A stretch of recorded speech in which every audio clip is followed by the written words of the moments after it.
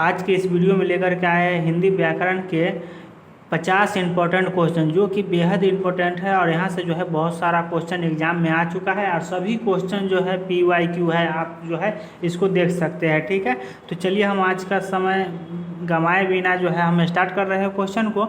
आज का पहला क्वेश्चन है कि जिह्वा के आधार पर स्वर कितने प्रकार के होता है। तो जिह्वा के आधार पर जो है स्वर जो है कितने प्रकार के होता है, तो ये जो होता है 3 प्रकार के होते हैं। ये आपका करेक्ट आंसर हो जाएगा। और आपको जो जिसका आंसर पता होगा उसका कमेंट बॉक्स में कमेंट जरूर करिएगा कि किसका आंसर आपको पता है। ठीक है, चलिए दूसरा नंबर क्वेश्चन है यहाँ पे कि हिंदी में ध्वनियाँ कितने प्रकार की होती है। तो हिंदी में जो ध्वनि होता है वो कितने प्रकार का होता है, तो 2 प्रकार का होता है। 2 प्रकार आपका करेक्ट आंसर हो जाएगा, ऑप्शन नंबर डी। अब देखिए यहाँ पे 3 नंबर क्वेश्चन है, मात्रा के आधार पर स्वर कितने प्रकार के होता है। तो मात्रा के आधार पर जो होता है वो स्वर जो होता है 3 प्रकार के होता है। ये आपका करेक्ट आंसर हो जाएगा, 3 प्रकार के होता है। चलिए थोड़ा सा और जूम कर लेते हैं। चलिए अब यहाँ पे 4 नंबर क्वेश्चन है कि एक से अधिक वर्णों के मेल को क्या कहते हैं। तो एक से अधिक वर्णों के मेल को क्या कहते हैं, तो ये आपका करेक्ट आंसर जो हो जाएगा व्यंजन कहते हैं। एक से अधिक वर्णों के मेल जब होता है तो वो व्यंजन में आ जाता है। ठीक है, और एक जो रहता है वो स्वर के अंतर्गत आता है।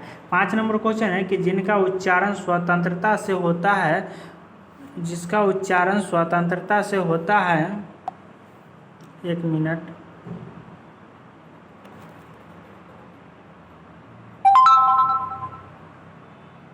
चलिए अब यहाँ पे है कि जिनका उच्चारण जो है स्वतंत्रता से होता है और जो व्यंजन के उच्चारण में सहायता होता है उसे जो है क्या कहते हैं। तो ये आपका करेक्ट आंसर जो हो जाएगा ये हो जाएगा आपका स्वर कहते हैं। ठीक है, तो ऑप्शन नंबर ये आपका करेक्ट आंसर हो जाएगा। 6 नंबर क्वेश्चन है कि ई च छ ज झ या आदि के उच्चारण किससे होता है। तो इसका जो है उच्चारण किससे होता है, तो ये जो होता है तालव्य से होता है। आपका तालव्य करेक्ट आंसर हो जाएगा, option number C. 7 number question है कि निम्नलिखित में से दीर्घ स्वर है। तो इसमें से जो है दीर्घ स्वर कौन है, तो आपका करेक्ट आंसर जो हो जाएगा वो ई जो है दीर्घ स्वर है। ठीक है, क्योंकि यहाँ पे बड़ी ई दिया गया, वही ई छोटी ई है, तो ये जो है हरा स्वर हो गया, लेकिन बड़ी ई जो है वो दीर्घ स्वर के अंतर्गत आएगा। अब देखिए यहाँ पे 8 नंबर क्वेश्चन है कि निम्न में से अंतस्थ व्यंजन कौन सा है। अंतस्थ व्यंजन कौन है ये आपको बताना है। ठीक है, तो यहाँ पे वह जो है अंतस्थ व्यंजन है। इसके अलावा जो होता है य र ल व, ये 4 वो होता है अंतस्थ व्यंजन होता है, कि आपका करेक्ट आंसर हो जाएगा। चलिए अगला क्वेश्चन की ओर चलते हैं। 8 के बाद आ जाएंगे 9 नंबर क्वेश्चन पे कि 9 नंबर है निम्न में अल्पप्राण व्यंजन कौन सा है। तो अल्पप्राण व्यंजन कौन सा है, तो अल्पप्राण व्यंजन आपको बताए थे इससे पिछले वाला वीडियो में। तो अल्पप्राण व्यंजन कौन है, तो आपका करेक्ट आंसर जो हो जाएगा वो हो जाएगा ग जो है 1, 3 और 5 जो है अल्पप्राण होता है। उसके बाद 2 और 4 जो होता है ये महाप्राण होता है, इसको ध्यान में रखिएगा। 10 नंबर क्वेश्चन है कि निम्न में घोष वर्ण कौन सा है। तो घोष वर्ण कौन सा है, तो आपका करेक्ट आंसर जो हो जाएगा तो घोष वर्ण कौन हो जाएगा, तो ज जो हो जाएगा घोष वर्ण हो जाएगा। घोष कहिए या सघोष कहिए। ठीक है, अब देखिए 11 नंबर क्वेश्चन है निम्न में ओष्ठ्य वर्ण कौन सा है। तो ओष्ठ्य वर्ण कहने का मतलब कि ओष्ठ से उच्चारण स्थान जो है कौन सा है, तो इसमें उ जो है ओष्ठ्य व्यंजन के अंतर्गत आता है। अब देखिए 12 नंबर क्वेश्चन है कि वर्ण तालिका के अनुसार ह्रस्वर दीर्घ स्वर और प्लुत क्या है। तो ये मतलब कि हम स्वर बोल दिए, लेकिन ह्रस्व दीर्घ और प्लुत क्या है, तो ये जो है स्वर के प्रकार है। ह्रस्व दीर्घ और प्लुत जो है ये स्वर का प्रकार है। ठीक है, चलिए यहाँ पे 13 नंबर क्वेश्चन है कि लिखित भाषा में मूल ध्वनियों के लिए जो जिह्वा मान लिए गए हैं जिस रूप में लिखे जाते हैं उसे डैश कहते हैं, उसे क्या कहते हैं। तो इसको जो है करेक्ट आंसर हो जाएगा, इसका करेक्ट आंसर जो हो जाएगा लिपि हो जाएगा। ठीक है, तो लिपि आपका करेक्ट आंसर हो जाएगा। उसके बाद चलिए नेक्स्ट क्वेश्चन की ओर चलते हैं। 14 नंबर क्वेश्चन है कि प फ ब भ म व्यंजन होते हैं, ये जो है कौन सा व्यंजन होता है। तो आपका करेक्ट आंसर जो हो जाएगा वो हो जाएगा यहाँ पे ओष्ठ्य व्यंजन हो जाएगा, ऑप्शन नंबर सी आपका करेक्ट आंसर हो जाएगा। देखिए यहाँ पे 15 नंबर क्वेश्चन है कि 2 व्यंजन जब एक साथ मिलते हैं तो क्या कहलाते हैं। जब 2 व्यंजन एक साथ मिलते हैं तो क्या कहलाते हैं, तो आपका करेक्ट आंसर जो हो जाएगा, आपका करेक्ट आंसर जो हो जाएगा वो हो जाएगा संयुक्त व्यंजन, ठीक है। जब दो व्यंजन मिलता है जैसे कि अक्ष हो गया, तो अक्ष का जब मेल होता है तो क और स से होता है, ठीक है। तो दो व्यंजन एक साथ मिलता है तो इसको जो है संयुक्त व्यंजन कहते हैं। चलिए अगला क्वेश्चन है यहाँ पे 16 नंबर कि निम्नलिखित में से अघोष वर्ण कौन सा है। इसमें से जो है अघोष वर्ण कौन सा है तो आपको पहचानना है, ठीक है। तो अघोष वर्ण कौन है, तो ये आपका करेक्ट आंसर हो जाएगा प जो है यहाँ पे अघोष वर्ण है, तो आपका correct answer option number B हो जाएगा, ठीक है। चलिए यहाँ पे अगला क्वेश्चन है 17 नंबर निम्न में से कंठ वर्ण कौन सा है। तो कंठ वर्ण कौन सा है, तो अ जो है कंठ वर्ण है, तो ये आपका करेक्ट आंसर हो जाएगा option number C. 18 number question है कि निम्न में दीर्घ स्वर कौन सा है। तो दीर्घ स्वर कौन सा है, तो यहाँ पे करेक्ट आंसर हो जाएगा आ जो है दीर्घ स्वर है, तो ऑप्शन नंबर सी आपका करेक्ट आंसर हो जाएगा। उसके बाद देखिए यहाँ पे 19 नंबर क्वेश्चन है कि निम्न में महाप्राण व्यंजन कौन सा है। तो महाप्राण व्यंजन जो होता है वो कौन है, तो इसमें भ जो है महाप्राण व्यंजन है, क्योंकि ये जो है 4 नंबर में आता है, तो 4 और 5 जो होता है महाप्राण के अंतर्गत आएगा। चलिए इसके बाद चलते हैं, अगला क्वेश्चन है 20 नंबर कि निम्न में अंतस्थ व्यंजन कौन सा है। इसमें से जो है अंतस्थ व्यंजन आपको पहचाना है, तो अंतस्थ व्यंजन कौन सा है, तो यहाँ पे य जो है अंतस्थ व्यंजन है, option number C correct answer हो जाएगा। 21 नंबर क्वेश्चन है कि सघोष वर्ण कौन सा है। तो सघोष वर्ण कौन सा है, तो ब जो है सघोष वर्ण है। उसके बाद देखिए 22 नंबर क्वेश्चन है कि उष्ण व्यंजन कौन सा है। तो उष्ण व्यंजन जो है वो कौन है, तो ह है। यहाँ पे करेक्ट आंसर हालांकि होता है तालव्य स, मूर्धन्य स, दंड स, और ह जो है उष्ण व्यंजन के अंतर्गत आता है। अब यहाँ पे चलिए यहाँ पे 23 नंबर क्वेश्चन है कि इसको थोड़ा सा जूम कम कर लेते हैं ताकि ये क्वेश्चन पूरा आ जाए। यहाँ पे देखिए 23 नंबर क्वेश्चन है कि निम्न में से कौन सा स्वर कंठ तालव्य है। तो कौन सा जो है स्वर कंठ तालव्य है, तो आपका करेक्ट आंसर जो हो जाएगा वो हो जाएगा ए आपका करेक्ट आंसर हो जाएगा option number A. 24 number question है कि जिन स्वरों के उच्चारण में नाक से हवा निकलती है उसे क्या कहते हैं। तो नाक से हवा निकलता है जिसके उच्चारण में, उसको क्या कहते हैं, तो उसे कहते हैं अनुनासिक कहते हैं। तो अनुनासिक ऑप्शन नंबर डी आपका करेक्ट आंसर हो जाएगा। अब देखिए यहाँ पे 25 नंबर क्वेश्चन है निम्नलिखित में से कौन सा अंतस्थ व्यंजन है। तो कौन सा इसमें से अंतस्थ व्यंजन है, तो ल जो है अंतस्थ व्यंजन है, यहाँ पर करेक्ट आंसर हो जाएगा ऑप्शन नंबर डी। उसके बाद चलिए अगला क्वेश्चन है 26 नंबर कि अनुस्वार किसका कार्य करता है। तो अनुसार जो है किसका कार्य करता है, तो ये जो है प्रत्येक वर्ग के जो है 5वां अक्षर का काम करता है अनुस्वार। जैसे कि म हो गया, तो म के लिखने के जगह पे हम लोग अनुसार दे देते हैं, ठीक है। तो न लिखने के जगह पे अनुसार देते हैं। ये सभी वर्ण जो होता है 5वां अक्षर तो अनुसार का काम करता है। देखिए 27 नंबर क्वेश्चन है कि निम्नलिखित में से पार्श्विक ध्वनि कौन सी है। तो पार्श्विक ध्वनि कौन सी है, तो ये जो है ल जो है पार्श्विक ध्वनि, ये आपका करेक्ट आंसर हो जाएगा। अब चलिए यहाँ पे अगला क्वेश्चन निम्नलिखित में से कौन सा वर्ण दंत्य नहीं है। तो कौन सा वर्ण जो है दंत्य नहीं है, तो यहाँ पे च जो है दंत्य नहीं है, ठीक है। तो ये आपका करेक्ट आंसर हो जाएगा ऑप्शन नंबर बी। उसके बाद चलिए अगला क्वेश्चन है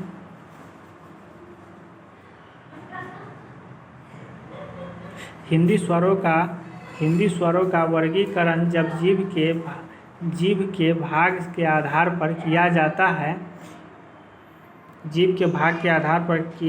है, तो निम्नलिखित में से कौन सा भेद इसके अंतर्गत नहीं आएगा। तो ये जो हो जाएगा आपका करेक्ट आंसर कौन सा नहीं आएगा, तो यहाँ पे आपका करेक्ट आंसर हो जाएगा विपरीत स्वर आपका करेक्ट आंसर हो जाएगा option number B. 30 number question है कि निम्नलिखित में से कौन सा संयुक्त स्वर नहीं है। तो कौन सा इसमें से संयुक्त स्वर नहीं है, तो ऊ जो है संयुक्त स्वर नहीं है। बाकी बात ये सभी स्वर है लेकिन ये जो है संयुक्त स्वर है, ठीक है। चलिए अगला क्वेश्चन है यहाँ पे 31 नंबर क्वेश्चन है कि अवतरण चिन्ह को और किस नाम से जाना जाता है। तो अवतरण चिन्ह को जो है और किस नाम से जाना जाता है, तो उदाहरण चिन्ह के नाम से जानते हैं। आपका करेक्ट आंसर हो जाएगा, इसको ध्यान में रखिएगा। और सभी क्वेश्चन जो PYQ है पूछा हुआ क्वेश्चन है। उसके बाद देखिए यहाँ पे हिंदी वर्णमाला में उष्म व्यंजन कौन सा है। इसमें से जो है उष्म व्यंजन कौन सा है, तो आपका करेक्ट आंसर जो हो जाएगा ये हो जाएगा तालव्य स, मूर्धन्य स, दंड स और ह। ये जो है उष्म व्यंजन के अंतर्गत आता है। अभी हम जस्ट बताए हैं ऊपर वाला क्वेश्चन में। उसके बाद देखिए यहाँ पे 33 नंबर क्वेश्चन है कि क्या कोई तारे गिन सकता है वाक्य में किस चिन्ह का प्रयोग हुआ है। तो किस चीज़ का प्रयोग हुआ है, किस चिन्ह का, तो यहाँ पे क्या कोई तारा गिन सकता है, यहाँ पे प्रश्न चिन्ह का जो है हुआ है। तो प्रश्न सूचक चिन्ह आपका करेक्ट आंसर हो जाएगा ऑप्शन नंबर ए। चलिए यहाँ पे अगला क्वेश्चन है कि मध्य स्वर किसको कहते हैं, तो मध्य स्वर जो कहते हैं वो होता है अ को कहते हैं मध्य स्वर। तो यहाँ पे correct answer option number A हो जाएगा। इसको देखिए निम्न में कंठ वर्ण है, तो कंठ वर्ण कौन सा है, तो यहाँ पे अ और ह, अ ह और विसर्ग जो है मध्य स्वर है, मध्य कंठ वर्ण है, सॉरी यहाँ पे कंठ वर्ण है। 36 नंबर क्वेश्चन है कि निम्नलिखित में से कौन सा व्यंजन स्पर्श संघर्षी है। स्पर्श संघर्षी कौन सा है इसमें, तो यहाँ पे जो हो जाएगा आपका करेक्ट आंसर जो हो जाएगा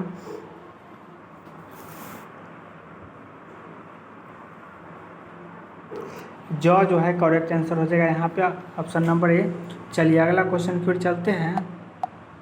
37 नंबर क्वेश्चन है कि निम्नलिखित में से कौन सा विवरण चिन्ह है, तो इसमें से जो है कौन सा विवरण चिन्ह है ये आपको बताना है। तो यहाँ पे ऑप्शन नंबर बी आपका करेक्ट आंसर होता है कि विवरण चिन्ह ऐसे होता है, इसको इसके बाद जो है इसका विवरण दिया जाता है, तो ये विवरण चिन्ह हो गया।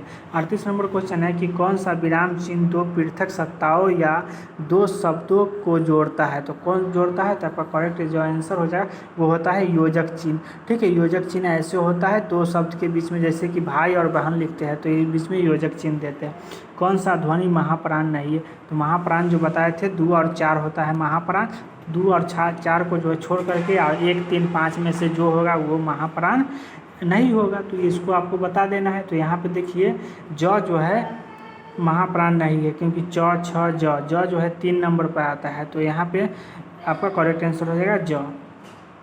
चलिए यहाँ पे अगला क्वेश्चन है 40 नंबर की भाषा विज्ञान की दृष्टि से उ किस प्रकार का स्वर है, तो भाषा विज्ञान की दृष्टि से जो है उ किस प्रकार का स्वर है, तो यहाँ पे आपका करेक्ट आंसर जो हो जाएगा वो हो जाएगा आपका पर्शवृत्ति, पर्श स्वर के आपका करेक्ट आंसर हो जाएगा इसका। इसका देखिए 41 नंबर क्वेश्चन है कि हिंदी वर्णमाला में व्यंजनों की संख्या कितनी है, तो हिंदी वर्णमाला में जो है व्यंजन की संख्या टोटल 33 होता है, ऑप्शन नंबर सी आपका करेक्ट आंसर हो जाएगा। 42 नंबर क्वेश्चन है कि हिंदी शब्दकोश में अक्षर का क्रम किस वर्ग के बाद आता है, तो अक्षर जो आता है क और स के मेल से बनता है। ठीक है, तो अक्षर का क्रम किसके बाद आता है, तो क के बाद आता है, आपका correct answer option number C हो जाएगा। ठीक है, उसके बाद चलिए अगला क्वेश्चन की ओर चलते हैं। 43 नंबर क्वेश्चन है कौन सा ऊष्म व्यंजन नहीं है, तो ऊष्म व्यंजन कौन सा नहीं है, तो यहाँ पे आपको स, तालव्य, समूर्धन से, दंड स और ह जो होता है वो ऊष्म व्यंजन होता है, इसको छोड़ करके यहाँ पे ग जो है ये ऊष्म व्यंजन नहीं है, इसको पहचानना है ऐसे। संयुक्त व्यंजन ज्ञा जो बनता है वो किससे बनता है, तो ज्ञा जो बनता है वो ज प्लस यहाँ से बनता है ज्ञा, तो आपका correct answer option number B हो जाएगा। 45 नंबर क्वेश्चन है कि वह व्यंजन है, तो वह व्यंजन कौन सा है, तो अंतस्थ आपका करेक्ट आंसर हो जाएगा ऑप्शन नंबर ए। चलिए अगला क्वेश्चन की ओर चलते हैं। इनमें से कौन सा संयुक्त व्यंजन नहीं है, तो इसमें से जो है कौन सा संयुक्त व्यंजन नहीं है ये आपको बताना है। तो संयुक्त व्यंजन नहीं है, तो यहाँ पे देखिए फ जो है संयुक्त व्यंजन नहीं है, आपका करेक्ट आंसर हो जाएगा ऑप्शन नंबर ए। फ जो है संयुक्त नहीं, बाकी बात अक्षर, तरह और ज्ञा ये सभी संयुक्त व्यंजन है। ठीक है, उसके बाद चलिए अगला क्वेश्चन है 47 नंबर की निम्न में महाप्राण व्यंजन है, निम्न में महाप्राण व्यंजन कौन सा है, तो यहाँ पे घ जो है ये महाप्राण व्यंजन है, ये आपका करेक्ट आंसर हो जाएगा। चलिए यहाँ पे 48 नंबर क्वेश्चन है कि निम्नलिखित में से कौन सा संयुक्त व्यंजन स्वर है, तो संयुक्त स्वर कौन सा है, तो यहाँ पे देखिए कि ए, आई, ओ और औ जो है ये संयुक्त स्वर है, यहाँ पे correct answer option number B हो जाएगा। 49 नंबर क्वेश्चन है कि प्रत्येक वर्ग का दूसरा और चौथा वर्ण क्या कहलाता है, तो प्रत्येक वर्ग का दूसरा और चौथा वर्ण जो कहलाता है वो महाप्राण कहलाता है, तो आपका correct answer option number C हो जाएगा। ठीक है, इसके बाद चलिए यहाँ पे अगला क्वेश्चन है 50 नंबर कि ट वर्ग उच्चारण की दृष्टि से किस प्रकार की ध्वनि है, तो ट वर्ग जो है उच्चारण की दृष्टि से मूर्धन्य है। ठीक है, तो मूर्धन्य आपका करेक्ट आंसर हो जाएगा। अब देखिए यहाँ पे 51 नंबर क्वेश्चन निम्नलिखित में से कौन सा दीर्घ स्वर है, तो इसमें से दीर्घ स्वर कौन सा है, तो ये आपका करेक्ट आंसर जो हो जाएगा आ जो है ये दीर्घ स्वर है, तो ये आपका correct answer option number B हो जाएगा। उसके बाद है 52 नंबर क्वेश्चन कि जो वर्ण स्वर की सहायता से बोले जाते हैं उन्हें क्या कहा जाता है, तो जो स्वर की सहायता से बोला जाता है उसको व्यंजन कहते हैं, आप सभी को पता होगा कि जो वर्ण स्वर की सहायता से बोलते हैं उसको व्यंजन कहते हैं। 53 नंबर क्वेश्चन है कि निम्नलिखित में से कौन से शब्द में री की मात्रा का उपयोग हुआ है, तो री की मात्रा का उपयोग हुआ है, तो आपका करेक्ट आंसर हो जाएगा वेष्टि। विष्टि आपका करेक्ट आंसर हो जाएगा option number A. 54 number question है कि व्यंजन को स्वर सहित लिखने के लिए किस चिन्ह का उपयोग किया जाता है। तो किस चीज़ का उपयोग किया जाता है, तो हलंत का उपयोग किया जाता है। जैसे कि यहाँ पे क लिखते हैं, ठीक है, तो क को जो है आधा क, तो यहाँ पे जो है हलंत दे देते हैं, तो यहाँ पे स्वर इसमें नहीं रहता है, ठीक है। इसमें जब स्वर मिला देते हैं तो जो है व्यंजन वर्ण के मेल से क बनता है, ठीक है। 55 नंबर क्वेश्चन है कि भाषा की मूल इकाई क्या है। तो भाषा की मूल इकाई जो है वो ध्वनि है। ध्वनि आपका करेक्ट आंसर हो जाएगा ऑप्शन नंबर डी। उसके बाद देखिए यहाँ पे 56 नंबर क्वेश्चन है कि शब्द की सबसे छोटी इकाई जो है इकाई क्या है। तो शब्द की सबसे छोटी इकाई क्या कहलाती है। तो आपका करेक्ट आंसर जो हो जाएगा वो हो जाएगा वर्ण कहलाती है। ऑप्शन नंबर सी आपका करेक्ट आंसर हो जाएगा। 57 नंबर क्वेश्चन है कि वर्णों के कितने भेद होते हैं। तो वर्णों के जो है कितने भेद होता है। तो वर्ण के 2 भेद होता है, स्वर्ण वर्ण और व्यंजन वर्ण, इसको ध्यान में रखिएगा। 58 नंबर क्वेश्चन है कि वर्णों के समुदाय को क्या कहते हैं। तो वर्णों के समुदाय को क्या कहते हैं। तो वर्णमाला कहते हैं। वर्णों के समुदाय को वर्णमाला कहते हैं। ऑप्शन नंबर डी आपका करेक्ट आंसर हो जाएगा। उसके बाद आइए यहाँ पे 59 नंबर क्वेश्चन है कि निम्नलिखित में से कौन सा पूर्ण अघोष वर्ण अघोष है। तो अघोष इसमें से कौन सा, ये आपको बताना है।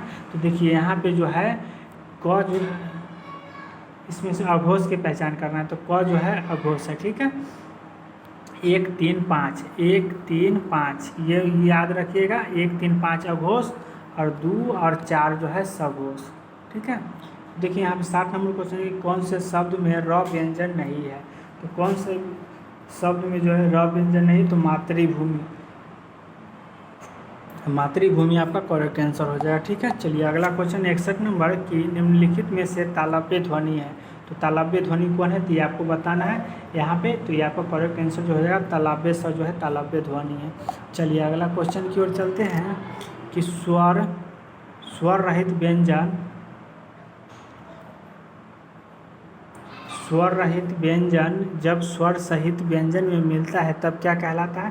तो क्या कहलाता है। तो आपका करेक्ट आंसर जो हो जाएगा वह संयुक्ताक्षर कहलाता है। तो ऑप्शन नंबर डी आपका करेक्ट आंसर हो जाएगा। 63 नंबर क्वेश्चन की कौन सा व्यंजन नासिका द्वारा उच्चारित होता है। तो नासिका द्वारा जो है कौन सा उच्चारण होता है। तो आपका सही आंसर जो हो जाएगा वो हो जाएगा न।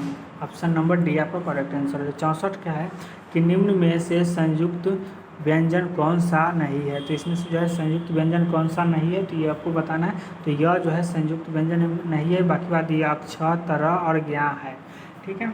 चलिए यहाँ पे 65 नंबर क्वेश्चन है कि जिनका उच्चारण ऊपर के दांतों पर जीभ लगने से होता है उन्हें क्या कहते हैं। तो ऊपर के दांतों पर जीभ लगने से होता है उसको क्या कहते हैं। तो आपका करेक्ट आंसर जो हो जाएगा वो दंते कहते हैं। दंते आपका करेक्ट आंसर हो जाएगा ऑप्शन नंबर ए।